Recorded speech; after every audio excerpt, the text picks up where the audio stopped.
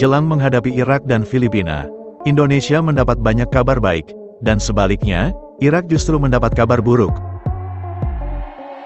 Pelatih Irak Jesus Casas terkejut melihat perbedaan skuad timnas Indonesia yang mereka hadapi saat di Basra, dan skuad Indonesia yang akan mereka hadapi di Gelora Bung Karno.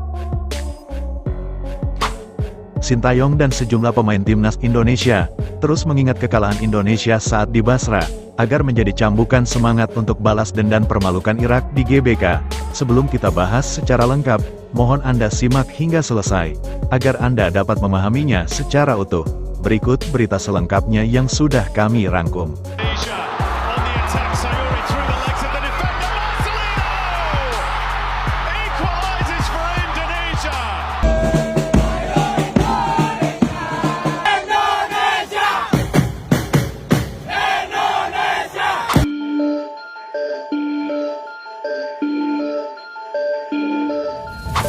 Pelatih timnas Indonesia Sintayong dibanjiri kabar gembira jelang laga kualifikasi Piala Dunia Zona Asia melawan Irak dan Filipina. Timnas Indonesia dijadwalkan bertemu Irak pada tanggal 6 Juni di Stadion Utama Gelora Bung Karno.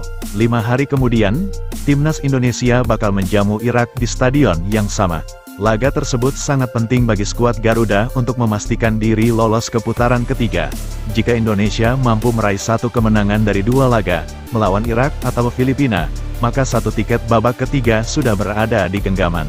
Menghadapi pertandingan nanti, Sintayong memanggil 22 pemain terbaiknya termasuk para pemain abroad. Jelang pertandingan krusial tersebut, Sintayong mendapat banyak kabar baik, yang mana kabar baik tersebut terkait kemungkinan yang bisa membuat timnas Indonesia menyapu bersih 2 laga yang tersisa, melawan Irak dan Filipina. Lantas, kabar gembira apa saja yang didapat timnas Indonesia jelang laga kualifikasi Piala Dunia tersebut? Yang pertama, timnas Indonesia dipastikan akan tampil full skuad terbaik. Sintayong akan memiliki pemain terbaiknya melawan Irak dan Filipina. Semua pemain dalam kondisi terbaik, tidak ada pemain yang mengalami cedera. Selain itu, para pemain inti yang dipanggil Sintayong dilepas oleh semua klub yang mereka bela. Sejumlah pemain terbaik Sintayong seperti Jay Izes, Ragnar Oratmangun, Tom Haye, Nathan Choaon dan beberapa pemain lainnya, dipastikan semua hadir dengan kondisi yang baik, yang mana beberapa pemain baru skuad Garuda tersebut, belum pernah dihadapi timnas Irak sebelumnya. Situasi baik ini akan membuat timnas Indonesia akan berduel dengan kekuatan yang berbeda, dibandingkan laga pertama saat melawan Irak lalu. Ketika itu, Indonesia kalah dari Irak dengan skor 1-5. Lalu di laga kedua, Indonesia ditahan imbang Filipina dengan skor 1-1. Kabar baik yang kedua, timnas Irak tengah diterjang polemik dalam pemanggilan sejumlah pemain terbaiknya. Skuad terbaik Irak beberapa dari mereka mengalami halangan sebab cedera. Di sisi lain, ada sejumlah pemain yang tidak dalam performa terbaik. Untuk mengatasi hal itu, pelatih Irak Jesus Casas memaksimalkan dengan tetap memanggil pemain terbaiknya yang tidak mengalami halangan. Namun dikolaborasikan dengan sejumlah pemain lain, Irak dengan skuad pincangnya akan berduel menghadapi timnas Indonesia dengan skuad terbaiknya. Dalam hal ini, Indonesia bahkan lebih diunggulkan dari Irak. Hal itu juga disampaikan beberapa media Asia Tenggara. Dengan materi skuad terbaik dengan kondisi optimal, Sintayong diharap mampu meraih poin penuh. Pelatih timnas Irak, Jesus Casas mendapat banyak kritikan oleh ribuan supporter Irak, sebab Jesus Casas dianggap tidak siap untuk menghadapi Indonesia dengan skuad terbaiknya. Apalagi sejumlah pemain pengganti Irak dianggap sangat minim pengalaman. Terlepas dari itu, Irak mau dengan skuad terbaiknya ataupun tidak, itu bukanlah masalah bagi Sintayong. Bahkan jauh hari sebelumnya, Sintayong optimis akan meraih hasil penuh saat menghadapi Irak di Gelora Bung Karno. Walaupun sejatinya Indonesia hanya butuh satu kemenangan dari 2 laga melawan Irak dan Filipina. Namun Sintayong menargetkan kemenangan di 2 laga tersisa. 낙관적으로 볼 수 있다고 생각하고 우리 홈 2연전도 우리 홈에서 하기 때문에 우리 홈팬들한테 즐거움을 주기. Kabar baik berikutnya, jelang berduel di Gelora Bung Karno, pelatih Irak Jesus Casas bahkan sudah memantau skuad timnas Indonesia. Dia mengaku, dari 6 pertandingan kualifikasi Piala Dunia, pertandingan melawan Indonesia di Gelora Bung Karno akan menjadi laga tersulit bagi kami. Terlepas dari apapun hasilnya, Saya tidak begitu mengkhawatirkan, sebab kami sudah diuntungkan dengan poin penuh di pertandingan sebelumnya. Kemenangan menjadi target mati Indonesia yang tidak mungkin bisa ditawar. Saya tahu hal itu saat Sintayong membuat pernyataan sesaat setelah mengalahkan Vietnam di Hanoi dengan skor telak 0-3. Tentu kekuatan Indonesia saat ini sangat jauh berbeda dengan dulu. Irak harus susah payah mengalahkan Vietnam dengan skor tipis 0-1. Gol tunggal itu tercipta di waktu injury time, tepatnya di menit 96, sebelum pada akhirnya peluit pertandingan berakhir. Sedangkan skuad Indonesia saat ini jauh berbeda. Mereka ketambahan beberapa pemain baru yang berkualitas, yang sebelumnya belum pernah kami hadapi. Namun mereka dengan mudah mengalahkan Vietnam di Maidin dengan skor 0-3. Itulah rujukan Yesus Casas dalam menimbang kekuatan terbaru timnas Indonesia yang akan mereka hadapi di GBK. Apapun hasilnya, kami akan berusaha yang terbaik di Gelora Bung Karno nanti. Itulah ungkapan penutup Yesus Casas.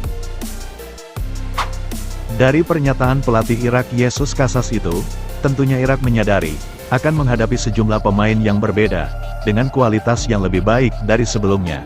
Melawan Indonesia di Gelora Bung Karno dengan skuad terbaik Indonesia, ini akan menjadi tantangan terberat bagi Irak dan ia mengakui hal itu. Walau apapun hasilnya, Irak dipastikan sudah lolos putaran ketiga. Jika Indonesia benar-benar bisa melumat Irak di GBK nantinya, dengan otomatis, Indonesia juga resmi lolos putaran ketiga tanpa harus menunggu pertandingan terakhir melawan Filipina. Sebab 10 poin Indonesia sudah tidak mungkin dikejar oleh Vietnam dan Filipina. Jika Sintayong sangat percaya diri tim asuhannya akan membalas kekalahannya saat melawan Irak di Basra. Bahkan para pemain timnas Indonesia juga sangat percaya diri tinggi akan balas permalukan Irak sekaligus meraih poin penuh di GBK.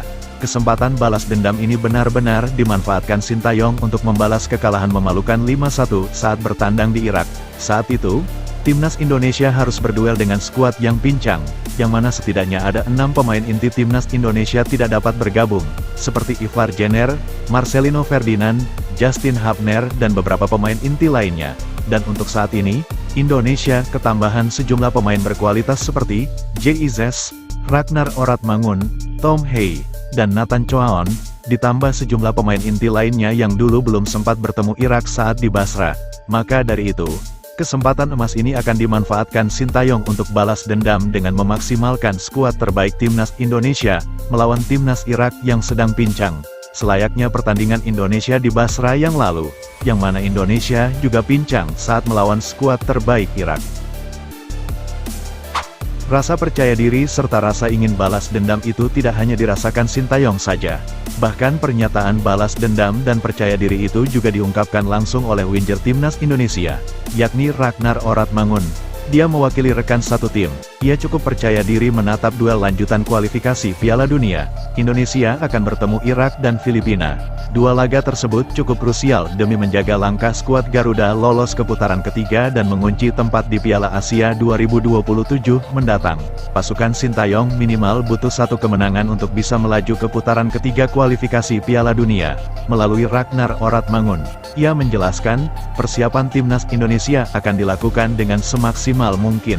Skuad Garuda menggelar latihan perdana pada tanggal 28 Mei. Kondisi tim sangat baik, dan akan dimaksimalkan untuk menyapu bersih di dua laga tersisa. Berikut ungkapan Ragnar Oratmangun pada media.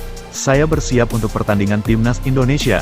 Ini akan menjadi pertandingan yang sengit tentunya. Tapi kami memiliki tim yang bagus. Itulah kata Ragnar Oratmangun. Semua pemain siap berjuang habis-habisan demi mendapatkan kemenangan. Apalagi, mereka akan bermain di depan puluhan ribu supporter yang hadir di Stadion Utama Gelora Bung Karno. Kalau kami melakukan yang terbaik dan memberi segalanya, saya rasa kami bisa menang 2 kali saat pertandingan. Apalagi kalau kami bermain di kandang. Saya punya perasaan yang bagus untuk pertandingan selanjutnya, tegasnya. Menariknya, jelang pemusatan latihan ini Ragnar belum bertemu dengan Sain Patinama. Pada saat pemanggilan pemain terakhir, Sain tidak bisa hadir karena mengalami cedera. Saya tidak bertemu Sain. Kami mungkin harusnya bertemu tapi dia sibuk dengan kegiatan di klubnya dan saya sibuk dengan kegiatan saya. Tapi saya akan bertemu dia di Jakarta untuk meraih hasil maksimal bersama. Itulah ungkapan penutup Ragnar Oratmangun.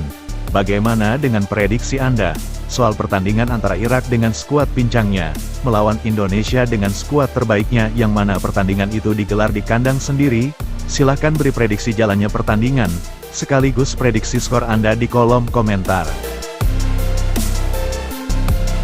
Sebelum meninggalkan tayangan ini, silakan Anda subscribe channel YT Real ini, agar Anda terus mendapatkan berita perkembangan serta informasi jadwal pertandingan Timnas Indonesia selanjutnya. Sampai jumpa di tayangan berikutnya, bye YT Real.